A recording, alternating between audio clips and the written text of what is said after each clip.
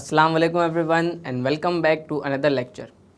Sir हम growth strategies देख रहे थे जिसमें हमने ऑर्गेनिक एक्विजिशन मर्जर ये वाली तमाम चीज़ें देखी। उसके बाद हमने फ्रेंचाइजिंग एंड लाइसेंसिंग को देखा और आज हम एनसॉफ ग्रोथ मैट्रिक्स पढ़ेंगे।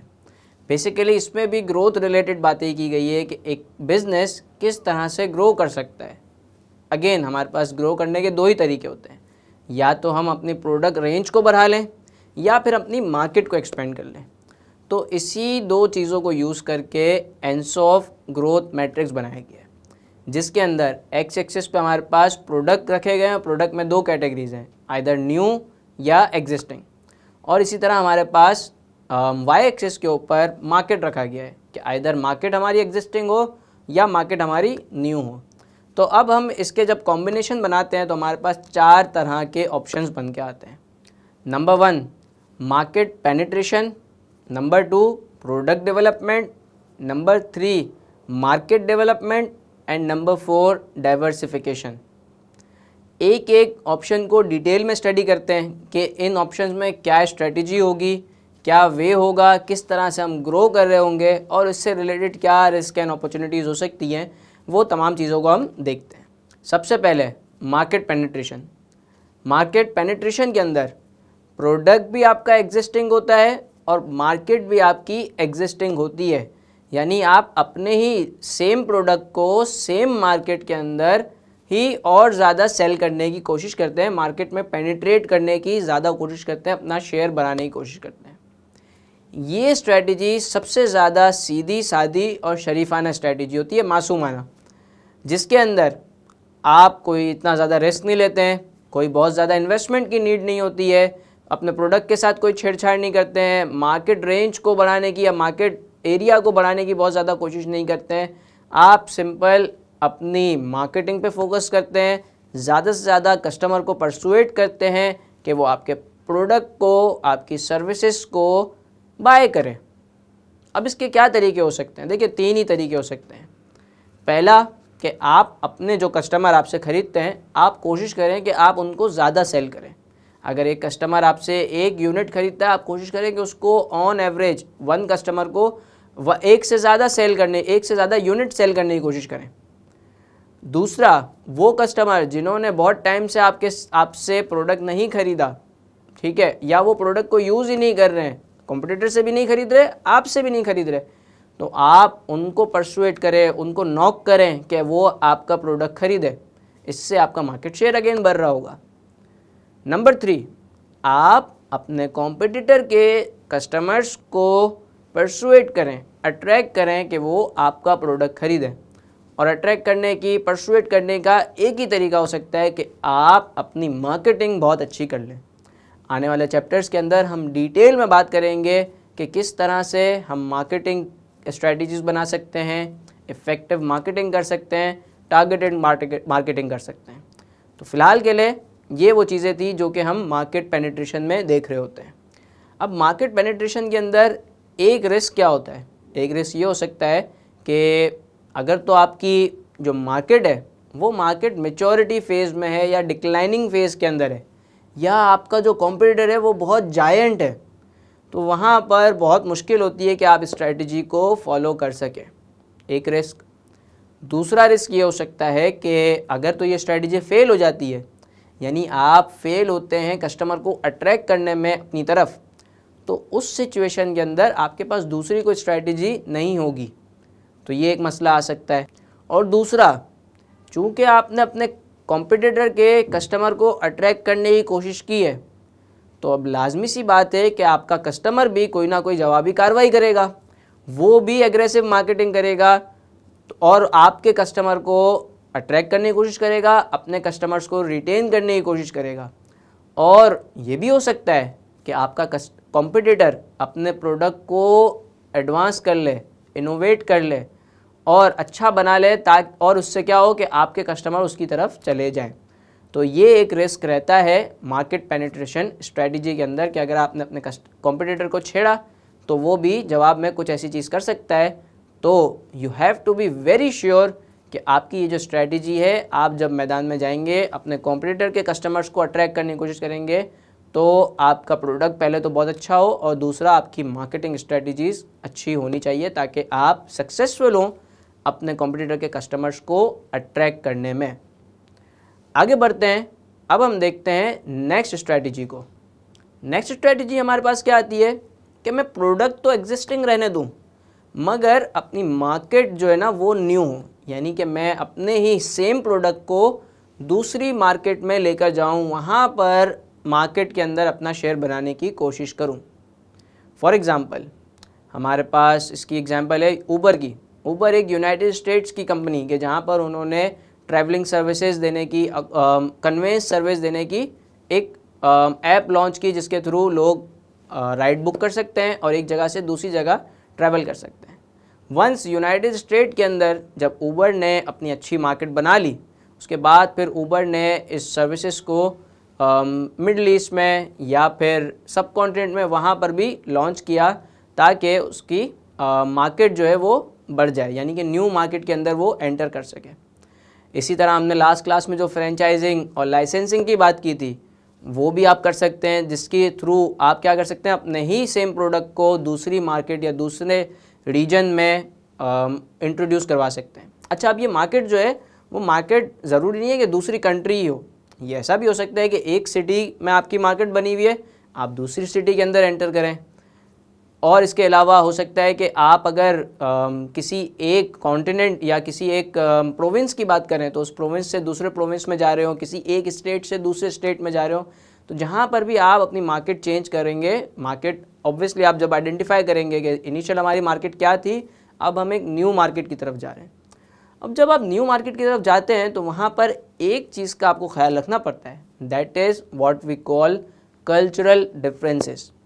अब फॉर एग्जांपल अगर मैकडॉनल्ड्स है, मैकडॉनल्ड्स पाकिस्तान में अपनी मार्केट एक्सपेंड करेगा अगर, तो उसको इस बात का ख्याल रखना पड़ेगा कि जो मीट वो यूज़ करेगा वो हलाल मीट होना चाहिए। तो वो अपने प्रोडक्ट को स्लाइटली थोड़ा सा ट्विस्ट करेगा as per the demands of the Pakistan. लेकिन अगर मैकडॉनल्ड्स इंडिया में अपनी बिज़नेस को एक्सपेंड कर रहा होगा तो वहाँ पर वो ये देखेगा कि चूँकि वो बीफ प्रोडक्ट को इतना ज़्यादा मार्केट नहीं कर पाएगा क्योंकि वहाँ पर आवाम इतनी ज़्यादा, ऑडियंस इतनी ज़्यादा नहीं है जो बीफ खाती है, तो वहाँ पर उसको कुछ इस तरह के ऑप्शंस या कुछ इस तरह के मेन्यू में आइटम्स ऐड करने पड़ेंगे दैट वुड बी वेजीज़। तो इस तरह से वो थोड़ा बहुत अपने प्रोडक्ट को चेंज कर रहा होगा। तो मार्केट डेवलपमेंट में आपको एक ये चीज़ लाजमी करनी पड़ती है।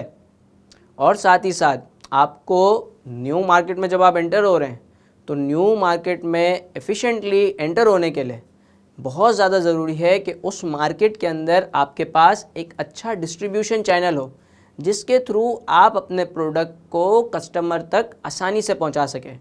अदरवाइज़ उस मार्केट में एग्जिस्ट करने का आपका कोई पर्पज़ ही नहीं होगा और आप उस मार्केट में एंटर होने के बावजूद सेल्स को, अपने शेयर को इंक्रीज़ नहीं कर पाएंगे।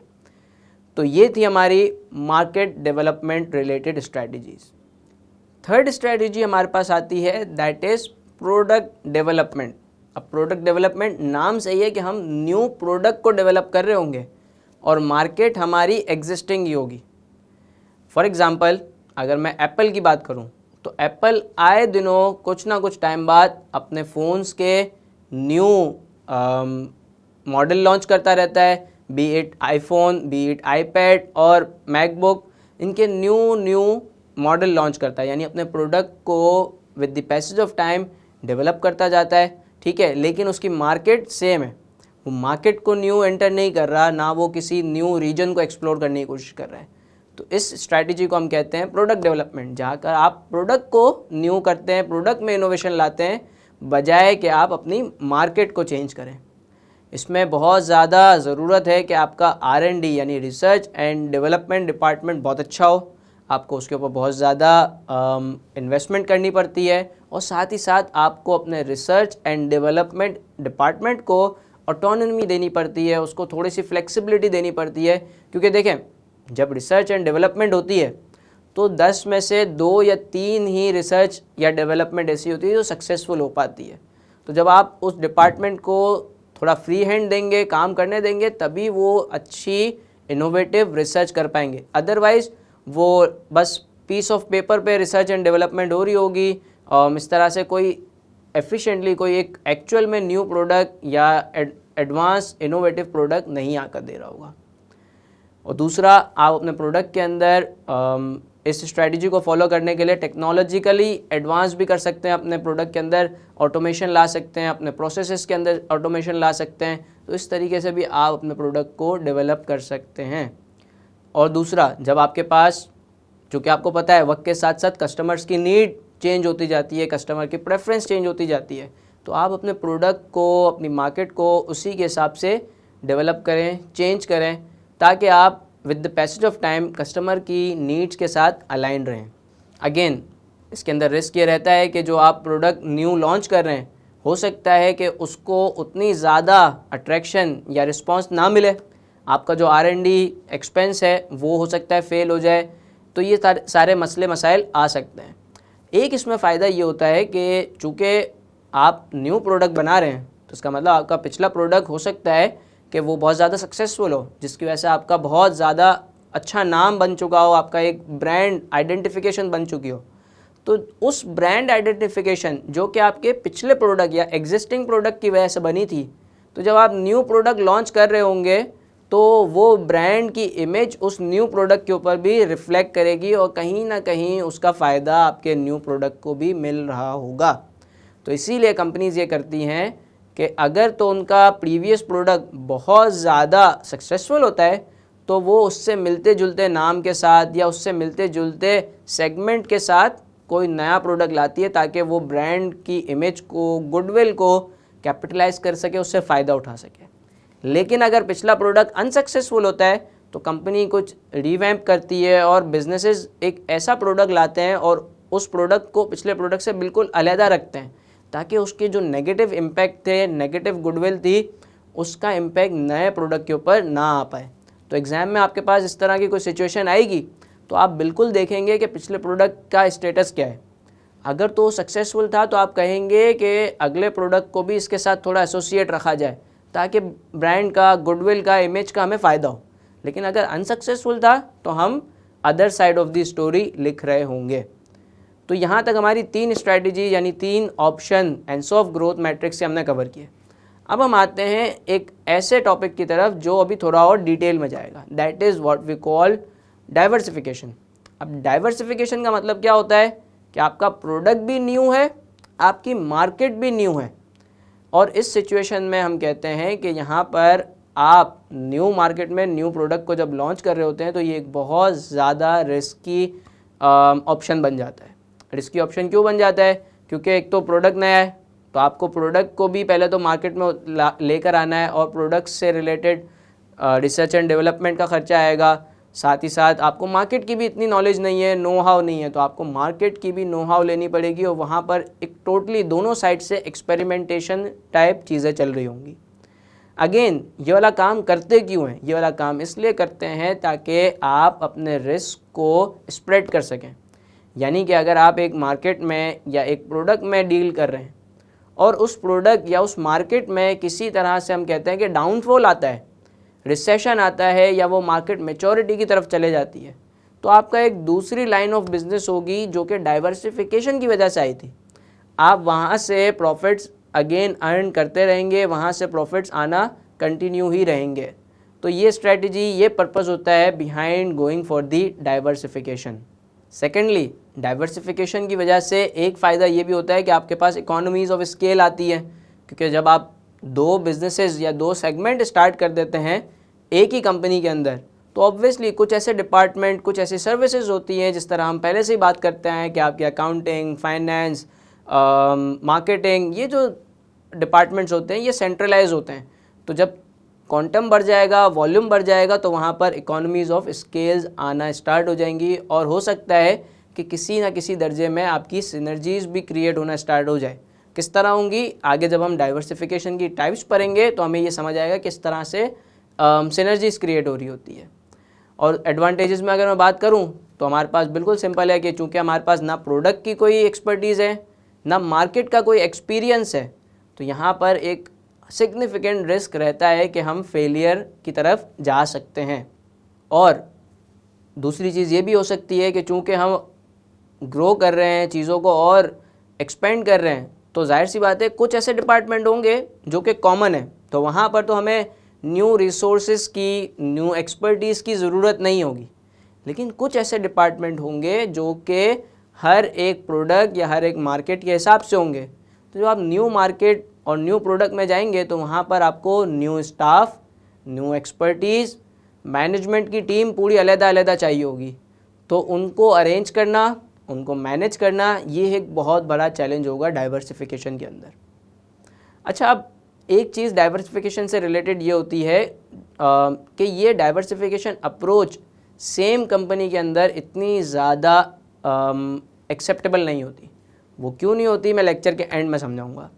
आगे बढ़ते हैं, हम ये देखते हैं कि डाइवर्सिफिकेशन की टाइप्स क्या होती हैं। हमारे पास डाइवर्सिफिकेशन की दो टाइप्स होती हैं, which we call related diversification and that other we call unrelated diversification. Related diversification में ये होता है कि जो आपका प्रोडक्ट या आपकी जो मार्केट होती तो न्यू है, मगर इन सम व्हाट लेवल वो आपके एग्जिस्टिंग प्रोडक्ट या मार्केट के साथ थोड़ी बहुत सिमिलर होती है, यानी कनेक्टेड होती है। For example Pepsi. अब पेप्सी अगर डाइवर्सिफाई करता है लेट्स से फास्ट फूड में या फिर चिप्स या ये रिफ्रेशमेंट आइटम लेज पे, तो अब अगर कोई कस्टमर है जो कि सुपर स्टोर पे या सुपरमार्ट पे जाता है, तो वो अगर पेप्सी खरीद रहा है तो लाजमी सी बात है कि वो साथ में लेज भी खरीदेगा। तो ये किसी तरह से ये एक हम कहते हैं कि रिफ्रेशमेंट आइटम वाली इंडस्ट्री है, कि जहाँ पर अगर आपने डाइवर्सिफाई किया तो आप पहले बेवरेज इंडस्ट्री में थे, आपकी मार्केट कोई और थी, अब आपकी जो इंडस्ट्री है वो बेवरेज के बजाय अब वो फूड आइटम में चले गई है। लेकिन अगेन ये कनेक्टेड है किसी तरह से। इसके अलावा अगर मैं बात करूँ तो ये हमारी डाइवर्सिफिकेशन बेसिकली कहलाती है हॉरिजॉन्टल डाइवर्सिफिकेशन, जिसमें आप कुछ रिलेटेड प्रोडक्ट की तरफ मूव कर रहे होते हैं। ऑल्दो इंडस्ट्री चेंज हो जाती है, प्रोडक्ट चेंज हो जाता है, मगर कहीं ना कहीं वो थोड़ा बहुत रिलेटेड होता है आपके एग्जिस्टिंग प्रोडक्ट के साथ। इसी तरह हमारे पास दूसरी डाइवर्सिफिकेशन, रिलेटेड डाइवर्सिफिकेशन में ही एक और टाइप होती है, that is what we call vertical diversification. अब वर्टिकल डाइवर्सिफिकेशन का क्या मतलब है कि हम सप्लाई चेन में ही अप या डाउन मूव करते हैं। फॉर एग्जांपल अगर पेप्सी की बात करें तो हॉरिजॉन्टल डाइवर्सिफिकेशन में क्या था कि या तो हम लेज यानी कोई चिप्स बनाना स्टार्ट करें, या फिर हम फास्ट फूड इंडस्ट्री में चले जाए, बर्गर या फ्रेंच फ्राइज़, इस तरह की कोई चीज़ बनाना स्टार्ट करें। तो ये था हमारे प्रोडक्ट से रिलेटेड आइटम ही। लेकिन अगर मैं अपनी सप्लाई चेन में अप या डाउन जाऊँ, यानी वर्टिकली मूव करूँ, फॉर एग्जांपल अगर मैं पेप्सी बनाता हूँ तो मुझे कहीं ना कहीं किसी ना किसी सप्लायर से प्लास्टिक बॉटल्स या कैप्स खरीदने होते होंगे, खुद तो नहीं बनाता। लेकिन अब मैं ये कहूँ कि आज से मैं प्लास्टिक बॉटल्स भी खुद बनाऊँगा, कैप्स भी खुद बनाऊँगा, तो मैं अपनी सप्लाई चेन में बैकवर्ड मूव कर दिया, अपवर्ड मूव कर दिया, यानी कि जो काम मेरा सप्लायर करता था अब मैंने वो करना स्टार्ट कर दिया। ये हमारी रिलेटेड डाइवर्सिफिकेशन में वर्टिकल डाइवर्सिफिकेशन थी। लेकिन अगर मैं अपनी सप्लाई चेन में आगे मूव करूं तो ये भी वर्टिकल डाइवर्सिफिकेशन होगी।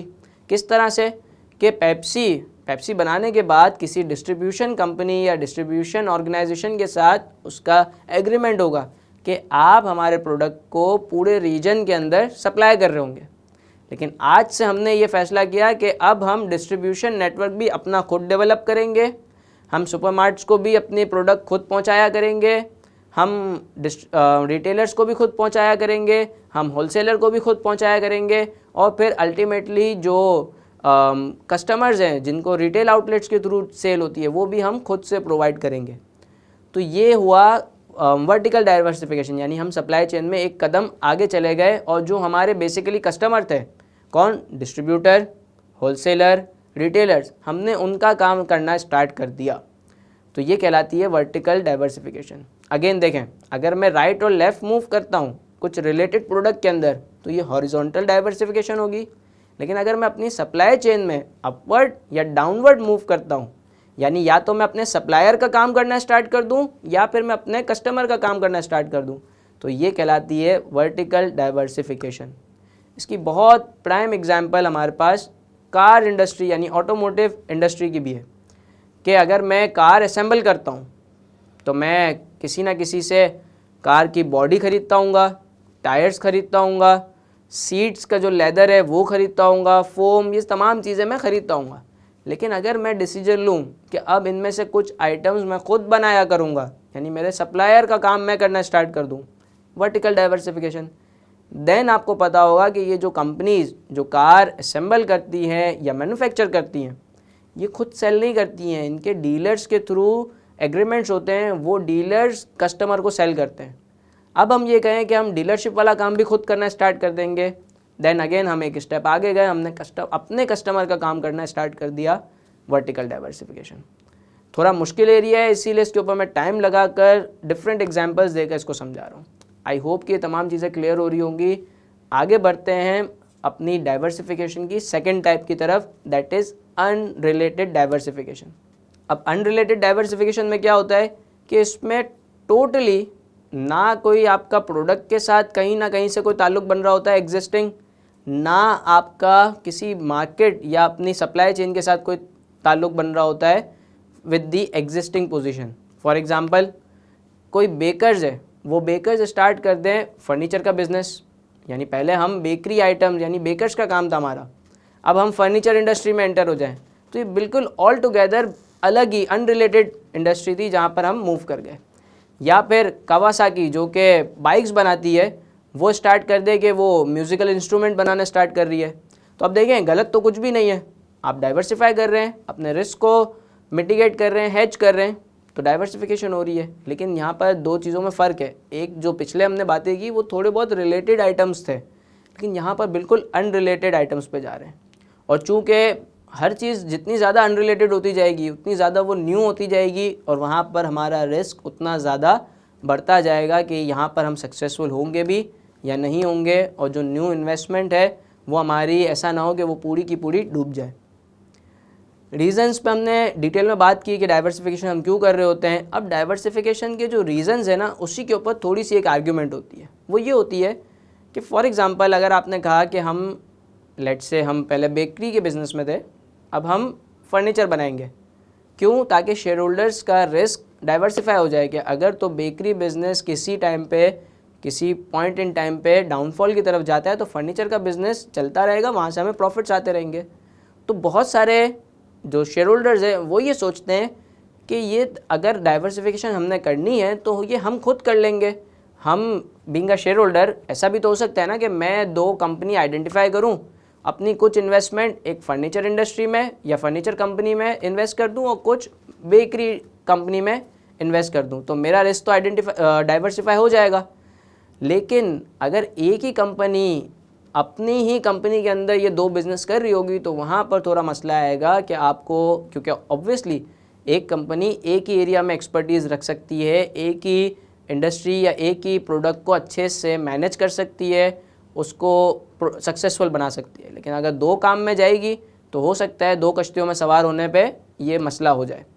तो इस वजह से शेयर होल्डर्स ये प्रेफर करते हैं कि अगर हमने डाइवर्सिफिकेशन करनी होगी, हमें अपने रिस्क को अगर स्प्रेड करना होगा तो हम कंपनी लेवल पे खुद कर लेंगे, बजाय इसके कि हम एक ही कंपनी के अंदर दो तरह के बिज़नेस को कंबाइन करें और सारी खिचड़ी बनाएं। तो ये एक चीज़ है जो अगर आपके पास सवाल में कोई ऐसा सिनेरियो आता है कि जहाँ पर डाइवर्सिफिकेशन की बात हो रही है, तो आप कतन ये नहीं कहेंगे कि डाइवर्सिफिकेशन नहीं करनी चाहिए। आप बिल्कुल बताएंगे डाइवर्सिफिकेशन के क्या फ़ायदे हैं, उस केस के अंदर क्या नुकसान आते हैं, मगर साथ में आप कैविएट देकर एंड में ये बात लाजमी लिखेंगे कि डाइवर्सिफिकेशन अगर करनी है तो शेयर होल्डर्स खुद कर सकते हैं दो डिफरेंट कंपनीज़ में इन्वेस्टमेंट करके, बजाय इसके कि हम एक ही कंपनी के अंदर इन दोनों चीज़ों को मिलाएं और सारी चीज़ों को मिक्सअप करें, क्योंकि हमारे पास एक्सपर्टीज़ नहीं होंगी उन दोनों चीज़ों में से, किसी एक चीज़ की होगी, किसी एक चीज़ की नहीं होगी। तो ये थी हमारी तमाम discussion related to Ansoff growth matrix, जिसमें हमने 4 ऑप्शंस को पढ़ा: market penetration, market development, product development and then diversification. Diversification में भी हमारे पास 2 टाइप्स थी: रिलेटेड डाइवर्सिफिकेशन, जिसमें हम या तो हॉरिजॉन्टली मूव कर रहे थे या फिर हम वर्टिकली मूव कर रहे थे, और अनरिलेटेड डाइवर्सिफिकेशन, जिसमें ऑल टुगेदर एक हम अनरिलेटेड मार्केट या प्रोडक्ट के अंदर एंटर हो रहे होते हैं। आई होप कि तमाम डिस्कशन आपको बहुत ज़्यादा अच्छे से समझ आई होगी। इन केस एनी कन्फ्यूजन और any query, do reach out me. Thank you so much. अल्लाह हाफिज़।